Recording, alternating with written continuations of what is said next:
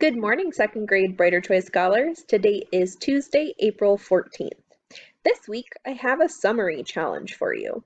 Today, we're going to be learning how you can visualize the details in a nonfiction text to help you create a summary. Your first learning target for today is I can visualize information in a text. When we talk about visualizing, creating a visualization is sort of like creating a visualization is when you create a mental image in your head based on the details in the text, sort of like a movie playing in your head while you're listening to the story. I bet if you were listening to a story such as Goldilocks and the Three Bears, you could see what that would look like. Imagining what looks like when Goldilocks is going into the house and trying the porridge. So we're going to practice that today, but with using nonfiction texts. So when you visualize, you think about if you were really there, what you would see, what you would taste, touch, feel, or hear, and thinking about what that would look like. And when you do that and create that visualization, you're going to be better able to understand what the text is saying and also recall information so that you can create a summary. Now, I have a special guest visitor today in our video lesson who's going to teach us more about using visualization and then creating a list of important words from a nonfiction text to help us write a summary. And that brings us to our second learning target for today. I can identify 10 important words in a text and use them to write a summary. But first, let's watch someone do this for us. Severino asked me to help you with learning how to summarize a story. So the story that I read was the Honeybee story. It's a nonfiction story. So one of the first things I did, I read it, and then I read it again, and I tried to visualize what was happening in the story or even the important details. So what I did, and I'll back this up, is I took a piece of white paper and I folded it into thirds, and I did beginning, middle, and end. And here, let me come in here. And so the beginning of the story, it talks about how like people are scared of the honeybee. So that's why I drew her with like a look on her face, because when bees come around, we don't like that. So, and then also I drew the flowers, and I pointed out that in the middle is the nectar or pollen. And this bee is excited, he's buzzing. And then the other bee on the other side, he's saying yum, because that's really their food. And then they use that to make honey. So I made a little honey pot. And then I wanted to show that the bee takes, nectar from this one, and he drops the pollen or nectar into another flower, and that helps with making other flowers grow. So I drew that. And the last part of it was talking about how some people are really worried about honeybees because they are getting, they're dying or getting sick from chemicals. So I drew, this is supposed to be a farmer, and he's, putting some chemicals on his flowers and plants and things. And I have the honeybee here with the little X's over his eyes because he's like, ugh, yuck, that's gross. And so that's what I drew that. So when I go to summarize, I think of my visual. Hold on, let me make it bigger.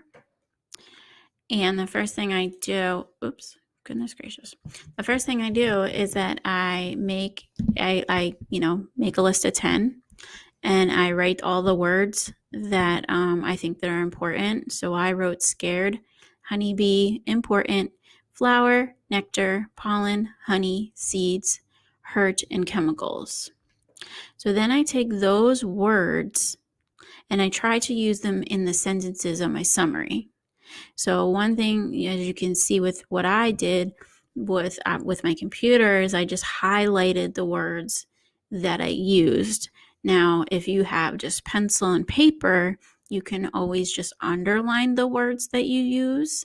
And you could do it that way, or you could use a crayon if you wanted to. And also, as I use the word in my list, I cross it off. Or you can put a check by it to show that you've used it. So I'm going to read it. It says, sometimes honeybees scare people, but they are very important. So I use 3 words in that sentence. It is important for bees to go from flower to flower to get pollen. They use the pollen to make honey. Also, they take the pollen to other flowers. This lets the flowers make new seeds. Sadly, people are worried that bees are being hurt by chemicals that we are using. So I had 10 words and I used 9 of them. So, I mean, your goal is to use as many words as you can. Sometimes it's hard to get all 10 of them in there, but I think that if you're using most of the words, you will have a successful summary. Alrighty, thank you. One thing that I thought was really powerful about Miss DiCesare's summary was she had a really strong topic sentence to tell us what her paragraph was going to be about. That even though some people are scared of bees, they are really important. And those details that she used after in her summary really supported the idea that bees are important. Now you're going to get a chance to try out this strategy. I'm going to read this nonfiction text called Tiny Animals Can Be Helpers. The first time I read it, I just want you to listen to it carefully. See if you can identify what the most important details would be. Tiny Animals Can Be Helpers by Susan Labella. Many kinds of little bugs live in our world. Some tiny animals, such as ticks, can harm people. A tick bite can make people sick. Other tiny animals can help people. Ladybugs are helpers. People plant gardens. Some insects eat plants that people want to grow. Ladybugs eat bugs that harm plants. Ladybugs help people grow healthy plants. Bumblebees are helpers. Bumblebees fly to flowers to get food. Yellow dust called pollen is on the flowers. This dust gets onto the bees. Bees carry the dust to other plants. The pollen helps new flowers grow. Thank you, tiny helpers. All right, ladies. Now I want you to grab a blank piece of paper and fold it into 3 parts, just like Miss DeCesare. At the top, write a B for beginning, middle, and an end. This time while I read the text, I want you to think about what details really stick out in your mind that you can picture. Think about some of the specific bugs that I mentioned while I'm reading, and think about what those insects do to help people, because the whole text is about tiny animals can be helpers. Go ahead and pause the video while you get your materials ready. Okay. Tiny animals can be helpers. Many kinds of little bugs live in our world. Some tiny animals, such as ticks, can harm people. A tick bite can make people sick. Other tiny animals can help people. Ladybugs are helpers. People plant gardens. Some insects eat plants that people want to grow. Ladybugs eat bugs that harm plants. Ladybugs help people grow healthy plants. Bumblebees are helpers. Bumblebees fly to flowers to get food. Yellow dust, called pollen, is on the flowers. This dust gets onto the bees. Bees carry the dust to other plants. The pollen helps new flowers grow. Thank you, tiny helpers. All right, girls, take some time and try to draw some pictures that you could visualize in your mind about the important details the author mentioned about how bugs can help people or plants.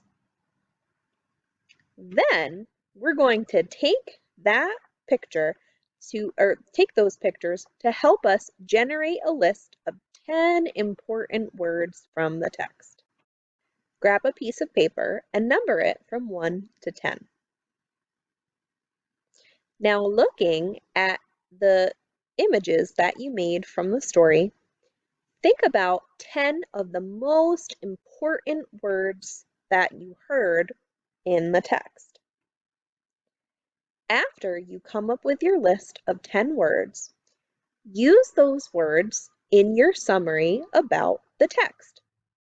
Our text was called Tiny Animals Can Be Helpers. In your summary, try to aim for at least 5 sentences.